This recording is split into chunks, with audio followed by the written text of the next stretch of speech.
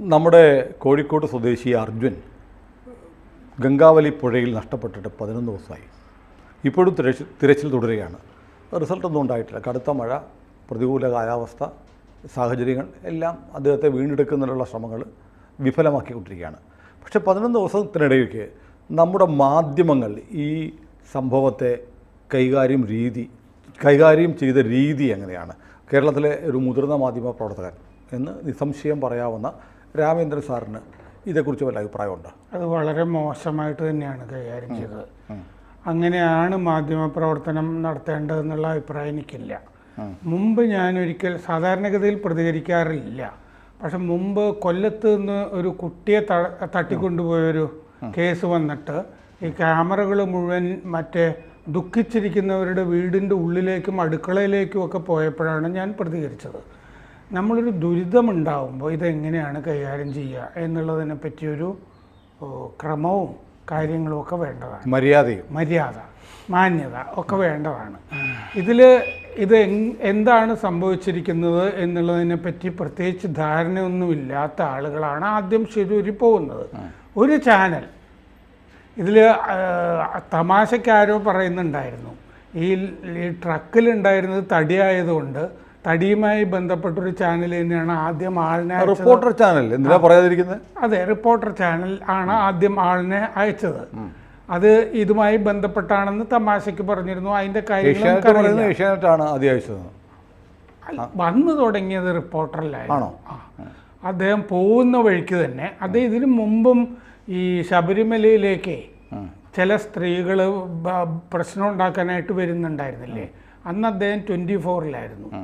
അന്നും അദ്ദേഹം മറ്റേ മുട്ടത്തലേൻ്റെ കാര്യമാണോ അരുൺകുമാറിൻ്റെ കാര്യം? അന്നും അദ്ദേഹം മധുരയിലേക്കോ തേനിയിലേക്കോ ഈ യാത്ര തുടങ്ങുന്ന സ്ഥലത്ത് നിന്ന് തന്നെ ഇതുപോലത്തെ ലൈവ് ചെയ്തതായിട്ട് എൻ്റെ ഓർമ്മയിൽ വരുന്നുണ്ട്.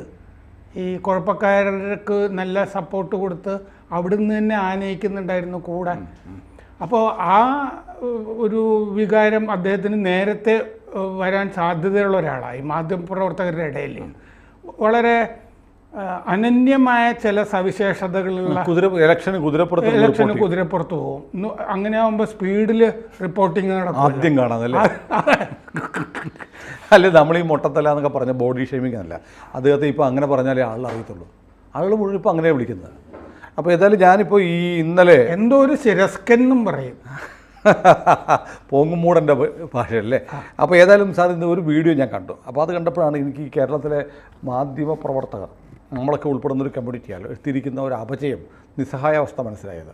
ഈ 24-ലെ ഹാഷ്മി സംസാരിച്ചുകൊണ്ടിരിക്കുമ്പോൾ അവിടെ പോലീസുകാർ ചോദിക്കുന്നു, എവിടെ നിങ്ങളുടെ മറ്റവനോടെ എന്ന് ചോദിക്കുന്നു. ഹാഷ്മിക്ക് പറയേണ്ടി വരുന്നു, ഞാൻ റിപ്പോർട്ടറല്ല, ഐ ആം ഫ്രം 24 എന്ന് പറയേണ്ടി വരുന്നു.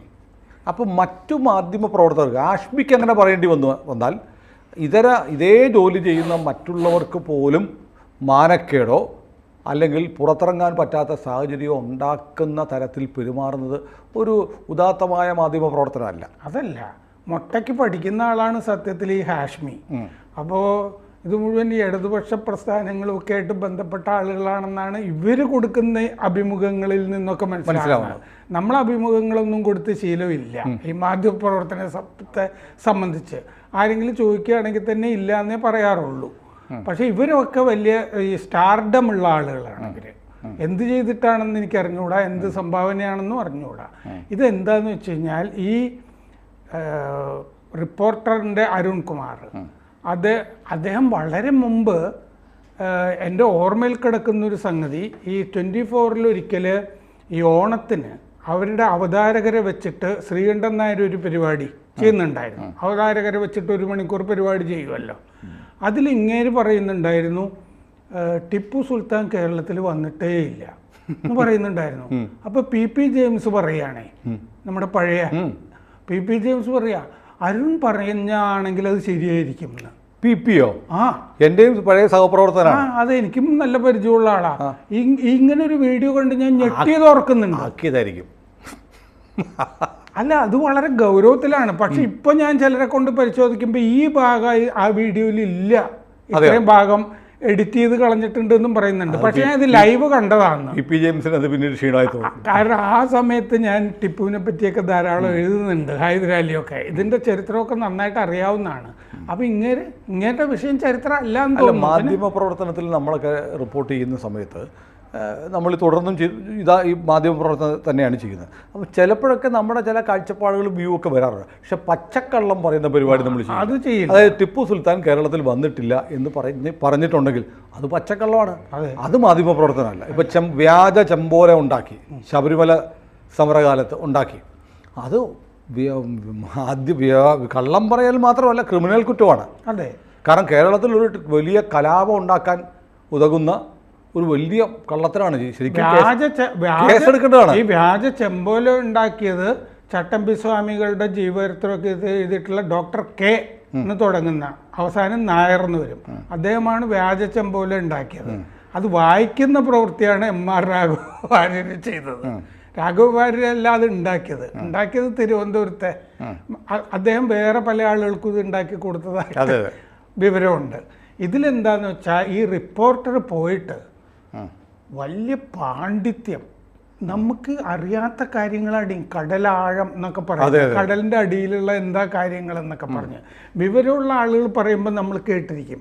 ഇപ്പം തന്നെ ഈ ട്രക്ക് കടലിൻ്റെ അടിയിൽ കണ്ടെത്തി കഴിഞ്ഞാൽ പുഴയുടെ അടിയിൽ ഇന്ദ്രബാലൻ എന്ന് പറഞ്ഞ ആ വിദഗ്ധൻ പറയുന്നത് എന്താണെന്ന് വെച്ചാൽ, അടിയിൽ കൊണ്ടുപോയിട്ട് ഇരുമ്പിൻ്റെയൊക്കെ ഈ പില്ലറുകൾ ഒക്കെ ചേർത്ത് വെച്ച് കെട്ടി ഇത് അവിടെ ഒരു വേലി പോലെയൊക്കെ കെട്ടി അത് കഴിഞ്ഞൊക്കെ ഇത് ഉയർത്താനൊക്കെ പറ്റുള്ളൂ. ചിലപ്പോൾ ഈ അടിയിലിടുന്ന പോസ്റ്റുകളൊക്കെ വെള്ളം തന്നെ കൊണ്ടുപോകാം. വെള്ളത്തിൻ്റെ ഒഴുക്ക് ഭീകരമാണ്. പിന്നെ കണ്ണ് കാണില്ല, കലങ്ങിയ വെള്ളമാണ്. 6 നോട്ടിക്കൽ 2 നോട്ടിക് സ്പീഡ് വരെയാണ് ഡൈവേഴ്സിന് ഇറങ്ങാൻ പറ്റുള്ളൂ. പരമാവധി വേണം 3 ഇറങ്ങാം. ഇത് 6ഉം 7ഉം ഒക്കെ നോട്ടിക് സ്പീഡിലാണ് ജലം ഒഴുകുന്നതെന്ന് പറയുന്നത്. അതെ, വലിയ സ്പീഡിലാണ് ഒഴുകുന്നത്. അപ്പോൾ ഈ ഡൈവർമാരുടെ ജീവൻ നോക്കിയിട്ടേ അവർക്ക് ചെയ്യാൻ പറ്റുള്ളൂ. അതല്ലാതെ അവർ കുരുതി കൊടുത്തു എന്നും പറഞ്ഞിട്ട് പിന്നെ ഇവർ ബഹളം ഉണ്ടാക്കരുത്. അതല്ലേ സാർ, ഇതിനകത്ത് ഞാൻ നോക്കുന്നത് ആദ്യത്തെ ദിവസങ്ങളിൽ ഈ ലോറി പോയതിനെക്കുറിച്ച് വലിയ വാർത്തകളൊന്നും ഉണ്ടായിരുന്നില്ല. 3-ാം ദിവസമാണെന്ന് തോന്നുന്നു. 3-ാം ദിവസം നമ്മുടെ ഈ റിപ്പോർട്ടർ പോയ ശേഷം ചാനലുകളിൽ വാർത്ത വരുന്നു. അത് വളരെ പോസിറ്റീവാണ്. അത് വന്നതിന് ശേഷം നമ്മുടെ കേരളത്തിലെ രാഷ്ട്രീയക്കാരും സർക്കാരും ഒക്കെ ഇടപെട്ടു. പക്ഷേ അതിന് ശേഷം അവർ നടന്നത് വളരെ തെറ്റായ ഇൻഫർമേഷനാണ്. എല്ലാ ചാനലുകളിലും വാർത്ത കൊടുത്തു ഈ ലോറിയുടെ എൻജിൻ സ്റ്റാർട്ടായിട്ടുണ്ട്, GPS സിഗ്നൽ, മൊബൈൽ റിങ് ചെയ്തു. ഇതൊക്കെ കള്ളാണെന്നാണ് പറയുന്നത്. അത് കള്ളാണ്. അത് എവിടുന്ന് കിട്ടി? ഇവരുണ്ടാക്കി എറിയുകൊണ്ടിരിക്കുന്നു. ഡിഫൻസ് PROയോട് സംസാരിക്കാമായിരുന്നല്ലോ. അതെ, അദ്ദേഹം ഇപ്പം മണിക്കൂറുകളോളം സംസാരിക്കുന്നു. ഇതൊന്നും ചെയ്യാതെ ഇങ്ങനെ ഫേക്ക് നാറേറ്റീവ്സ് ഉണ്ടാക്കി മണ്ണിനടിയിൽ. അതായത് ഇന്നിപ്പോൾ ഞാൻ TG ആയിട്ട് സംസാരിക്കുമ്പോൾ അദ്ദേഹം ഒരു എഞ്ചിനീയർ അല്ലേ, അദ്ദേഹം പറയുണ്ടായി എയർ ഇല്ലാതെ, വായു ഇല്ലാതെ എഞ്ചിൻ സ്റ്റാർട്ടാക്കാൻ കഴിയില്ല. വെള്ളത്തിലാണേലും മണ്ണിനടിയിലാണെങ്കിലും. അതില്ലാതെ ഇപ്പോൾ ഈ പറയുന്ന ഇവരുടെയൊക്കെ വർണ്ണന കേട്ടാൽ ഈ അർജുൻ പുഴയുടെ അടിയിലുള്ള ട്രക്ക് ഓടിച്ച് നടന്നു എന്ന് പറയാതിരുന്ന മഹാഭാഗ്യം. നമ്മൾ എറണാകുളത്ത് ഭയങ്കര മഴ പെയ്ത് വെള്ളത്തിൻ്റെ ഉള്ളിൽ കൂടി ഒരു യൂബർ ഡ്രൈവറെ കൊണ്ടുപോയി. അപ്പോൾ അദ്ദേഹം പറയുന്നുണ്ടായിരുന്നു, ഇപ്പോൾ ഈ എൻജിൻ ഞാൻ ഓഫായി കഴിഞ്ഞാൽ സാറേ ഇത് പിന്നെ സ്റ്റാർട്ട് ആവുന്ന പ്രശ്നമില്ല. വെള്ളത്തിൽ അങ്ങനെയാണെന്ന് നമ്മൾ ഓടിച്ചിട്ടുള്ളതല്ലേ, അതിന്റെ സൈലൻസറിന്റെ ഉള്ളിൽ വെള്ളം കയറി പോകുന്നതാണല്ലോ. അപ്പോൾ ഒരു ഫേക്ക് നറേറ്റീവ്സ് ഉണ്ടാക്കിയിട്ട് ആദ്യമേ തന്നെ അവിടുത്തെ തമിഴ്നാട്ടിലെ ഈ കൻവാർ ജില്ലാ ഭരണകൂടത്തിന് ഒരു ധാരണയുണ്ടായിരുന്നു. ഈ മിക്കവാറും കർണാടകയിൽ കൻവാർ ഡിസ്ട്രിക്റ്റിലാണ് ഇത് പുഴയിലേക്കായിരിക്കും ഇത് വീണിട്ടുള്ളത് എന്നാണ് അവരാദ്യം എത്തിയ നിഗമനം. അവിടെയാണ് അവർ തെരച്ചിൽ തയ്യാറായത്. ഇവിടെ നിന്ന് പോയ ഏതോ ഇന്നലെ വിനു വി ജോൺ ഒരു ഇസ്രയേലിൽ നിന്ന് വാലുള്ള ഒരാളെ തള്ളി പറഞ്ഞു. അയാളാണിത് മുഴുവൻ കുളം ഉണ്ടാക്കിയത്. എന്ത് മണ്ണാൻ കിട്ടിയേക്കാട്ടെ, അയാളാണിത് മുഴുവൻ കുഴപ്പമുണ്ടാക്കി, അയാളൊരു വലിയ പുള്ളിയാണെന്ന് കരുതി ഞങ്ങൾ അയാളെ അവതരിപ്പിച്ച് തെറ്റായി പോയി എന്ന് ഒരു മാധ്യമം ഏറ്റു പറഞ്ഞു. അതിന് വിനു വി ജോണിനും ഏഷ്യാനെറ്റിനും നമുക്കൊരു സല്യൂട്ട് കൊടുക്കണം. അബദ്ധം പറ്റിയത് ഏറ്റു പറഞ്ഞു. അയാളും ഇവിടുത്തെ മാധ്യമങ്ങളും ഒക്കെ പറഞ്ഞത് ഈ ലോറി മണ്ണിനടിയിൽ തന്നെ ഉണ്ടെന്നാണ്. അപ്പോഴും പുഴയിലുണ്ടായിരുന്നു. ഏതാണ്ട് 20 മീറ്റർ കരയിൽ നിന്ന് മാറി പുഴയിലേക്ക് പോകുന്നത് നേരിട്ട് കണ്ടൊരു ദൃക്സാക്ഷിയുണ്ട്. അയാൾ കുറച്ച് കഴിഞ്ഞിട്ടാണ് അത്. എന്നാൽ പോലും ഇവിടെ പോയിട്ട് ഇവിടുത്തെ മാധ്യമങ്ങളും ഇവിടുന്ന് ഈ അർജുൻ്റെ ബന്ധുക്കളാണെന്ന് പറഞ്ഞ പോലും ഇസ്രയേലിൽ നിന്ന് വാലുള്ള ഈ ആളും ഒക്കെ ചെന്നിട്ട് അവിടെ ഉണ്ടാക്കിയെടുത്തിട്ടുള്ള ഫേക്ക് നറേറ്റീവുകളുടെ ഭാഗമായി ഭയങ്കര സമ്മർദ്ദം ചെലുത്തി. മണ്ണിനടിയിലുണ്ടെന്ന് നമ്മുടെ ചാനലുകൾ ഇങ്ങനെ പറഞ്ഞുകൊണ്ടിരിക്കുകയാണ്. അതുകൊണ്ട് ആദ്യം മണ്ണ് മാറ്റി പരിശോധിക്കണം. ആദ്യം അവിടെ അതിന് പകരം പുഴയിൽ പരിശോധിച്ചിരുന്നെങ്കിൽ അർജുനെ ഒരുപക്ഷെ ജീവനോടെ നമുക്ക് കിട്ടുമായിരുന്നു. ഇപ്പോൾ നോക്കൂ, ഈ മണ്ണ് മാറ്റുന്നതിന് ഇവർ പറഞ്ഞത് ഞാൻ ഓർക്കുന്നു, പത്രങ്ങളിൽ GPS സിഗ്നലിൻ്റെ സ്പോട്ട് വരെ കാണിച്ച് സ്കെച്ച് വരച്ചിരുന്നു, മനോരമയിൽ പോലും.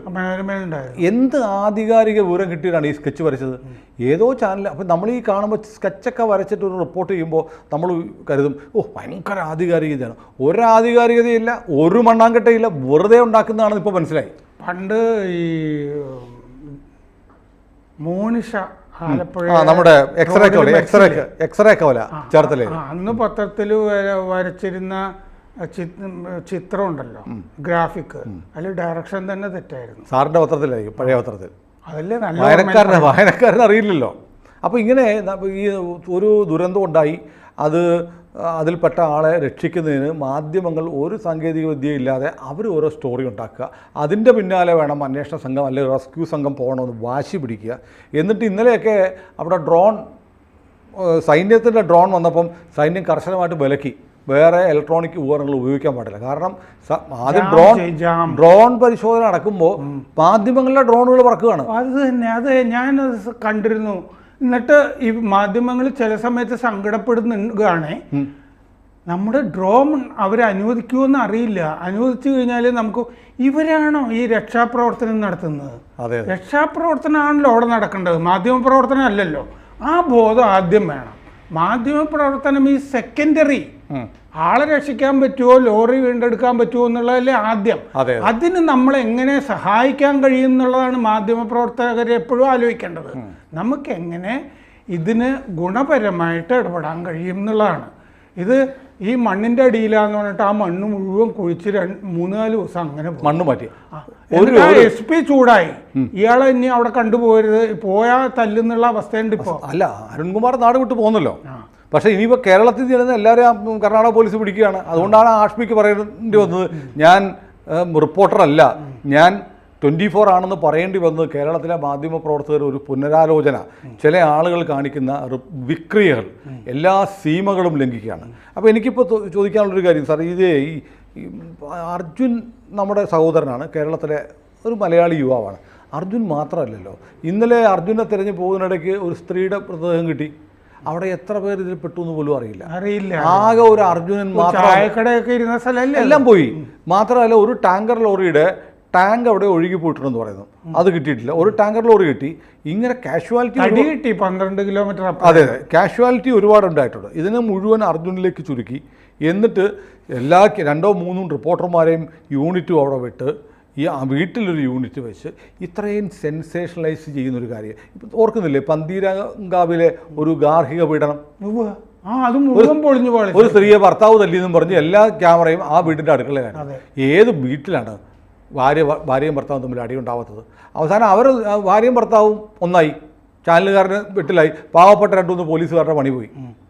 പിന്നെ ഒരു സുനിലിൻ്റെ അഭിപ്രായം എനിക്ക് അറിയാനുണ്ട്. ഈ ഓഗ്മെൻറ്റഡ് റിയാലിറ്റി എന്ന് പറഞ്ഞൊരു സാധനം ഇവർ അവതരിപ്പിക്കുന്നുണ്ട്. ഈ ഈ വിമാനത്തിൻ്റെ മുകളിൽ, ടാങ്കിൻ്റെ മുകളിലൊക്കെ കയറി കാർഗിൽ യുദ്ധം ഇങ്ങനെയായിരുന്നു അങ്ങനെയായിരുന്നു. അയാളാണ് ഇത് തുടങ്ങിയിരുന്നത്. അത് കഴിഞ്ഞിട്ട് ഇന്ന് ഏഷ്യനെറ്റിൽ ഒരാൾ കാർഗിലിൻ്റെ പറയുമ്പോൾ ഈ ടാങ്കിൻ്റെ മുകളിലൊക്കെ കയറി മഞ്ഞ് പോച്ച സ്ഥലത്ത് കൂടിയൊക്കെ പോയി കണ്ടപ്പോൾ ഞാൻ ഓഫ് ചെയ്തത്. എന്തിപ്പോൾ ഈ ചാനലൊന്നും കാണാൻ ആളുകൾ കിട്ടുന്നില്ല.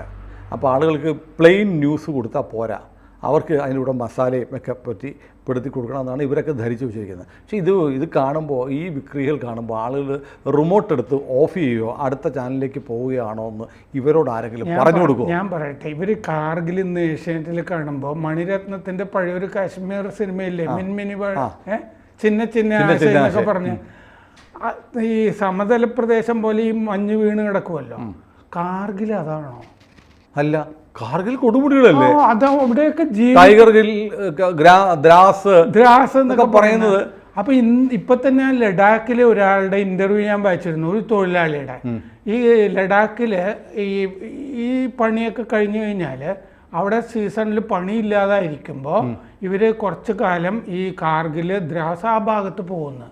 എന്താണെന്ന് വെച്ചാൽ അത്രയും മുകളിൽ ചൈന അറിയാതെ ഈ സാധനങ്ങൾ രാത്രി പുലർച്ചെ 2 മണിക്ക് അവർ ശബ്ദമൊന്നും കേൾക്കാൻ പാടില്ല. നമ്മുടെ ഈ ട്രാൻസ്പോർട്ട് വെഹിക്കിൾസിൽ കൊണ്ടുപോയി ഇടുന്ന ചരക്കുകളില്ലേ പട്ടാളക്കാർക്കല്ല, ഇത് ചുമന്ന് ഈ മഞ്ഞുമലയിൽ കൂടി കൊണ്ടേയിടണം. പുലർച്ചെ 2 മുതൽ കുറച്ച് സമയം ഇത് ചെയ്യാൻ പറ്റുള്ളൂ, ആരും അറിയാനും പാടില്ല. ഇത് കുറച്ച് ചെയ്ത് കഴിഞ്ഞാൽ ഉടനെ വിശ്രമിക്കണം. കാരണം അത് കൂടി അങ്ങനെ ഇവിടെ നടന്നു പോകുന്ന പോലെ നടന്നു പോകാൻ പറ്റില്ല. ഒരു വല്ലാത്ത ജോലി, എത്രയോ മലയുടെ മുകളിലൊക്കെ ഉള്ളത്. ഇതിങ്ങനെ സമതല പ്രദേശത്ത് ഭയങ്കര സുഖമായിട്ട് പാടിയൊക്കെ നടക്കുകയാണ്. അതുപോലെ ടാങ്കും ഈ മഞ്ഞു കൂടിയൊക്കെ പോകണം. ഒരു ബോധവും ഇല്ല, ഒരു ഉരവും ഇല്ല. അതാണ് പ്രശ്നം. അപ്പോൾ എന്തായാലും നമുക്ക് ഇത് പ്രേക്ഷകർ മലയാളികളിൽ ശബ്ദമുയർത്തേണ്ട ഒരു കാര്യമാണ്. അപ്പൊ ഈ ഓഗ്മെന്റഡ് റിയാലിറ്റി കഴിഞ്ഞിട്ട് റിപ്പോർട്ടറിൽ നോക്കുമ്പോൾ അവിടെ അർജുന്റെ ലോറി എങ്ങനെ പോയി എന്ന് പറഞ്ഞ ഓഗ്മെന്റഡ് റിയാലിറ്റി പലായനം ചെയ്ത മൊട്ട ഇത് അവതരിപ്പിക്കുന്നു. അല്ല, ഒരു ദുരന്തങ്ങൾ ഉണ്ടാവുമ്പോൾ എങ്ങനെ വ്യൂവർഷിപ്പ് കൂട്ടാം, എങ്ങനെ റേറ്റിംഗ് കൂട്ടാം എന്ന് ആലോചിച്ച് സെൻസേഷണലൈസ് ചെയ്ത് ഇവരുണ്ടാക്കുന്ന ദുരന്തങ്ങളെ ശരിക്കും ഒരു ക്രിമിനൽ ഓഫൻസാക്കി മാറ്റേണ്ടതാണ്. ദേശീയ ചാനലുകൾ ഇത്രയും പരാക്രമവും ആക്രാന്തവും കാണിക്കുന്നതായിട്ട് തോന്നുന്നില്ല കേട്ടോ. അവർക്ക് ഓഗ്മെന്റഡ് റിയാലിറ്റി പ്രയാസമുണ്ടോ? പിന്നെ ഇപ്പോൾ റിപ്പബ്ലിക് ആണേലും NDTV ആണേലും ടൈംസ് നൗ ആണേലും ആക്ടക് ആണേലും അതിലൊന്നും ഈ ഓഗ്മെന്റഡ് റിയാലിറ്റിയോ ഈ പണ്ടാര അതിനകത്ത് കാണുന്നില്ല. അതായത് ഈ ചെയ്തുകൊണ്ടിരിക്കുന്ന ഭാവനാത്മകമായ ദൗത്യം ഉണ്ടല്ലോ, മാധ്യമപ്രവർത്തനം എന്ന പേരിൽ, അതിനെ ഓഗ്മെന്റ് ചെയ്യാനേ ഈ റിയാലിറ്റിക്ക് പറ്റുള്ളൂ. ഞാനൊരു കാര്യം ചോദിക്കട്ടെ, ഇപ്പൊ പറഞ്ഞില്ലേ മാധ്യമ പ്രവർത്തനം എന്ന പേരിൽ ചെയ്തുകൊണ്ടിരിക്കുക. അപ്പൊ ഈ ചെയ്തുകൊണ്ടിരിക്കുന്ന പണിക്ക് എന്താ പേര്? ഇത് തന്നെയാണ് ഭാവനാത്മക വിലാസം എന്നൊക്കെ പറയാം. അതല്ലാതെ മാധ്യമ മലയാളം പച്ച മലയാളത്തിൽ എന്തെങ്കിലും പറ, തട്ടിപ്പ്. അതാണ് ഈ തട്ടിപ്പ്. പ്രേക്ഷകർ തിരിച്ചറിയും. ഇവരെയൊക്കെ കർണാടക പോലീസ് മാത്രമല്ല, വഴി കണ്ടാൽ ആളുകൾ മുട്ടുകാലിലിരിക്കുന്ന കാലം വലിയ ദൂരെയല്ല ഈ പണി തുടങ്ങിയ. റേറ്റിംഗ് കുറയുന്നതിൽ ഒരു അത്ഭുതവും ഇല്ല.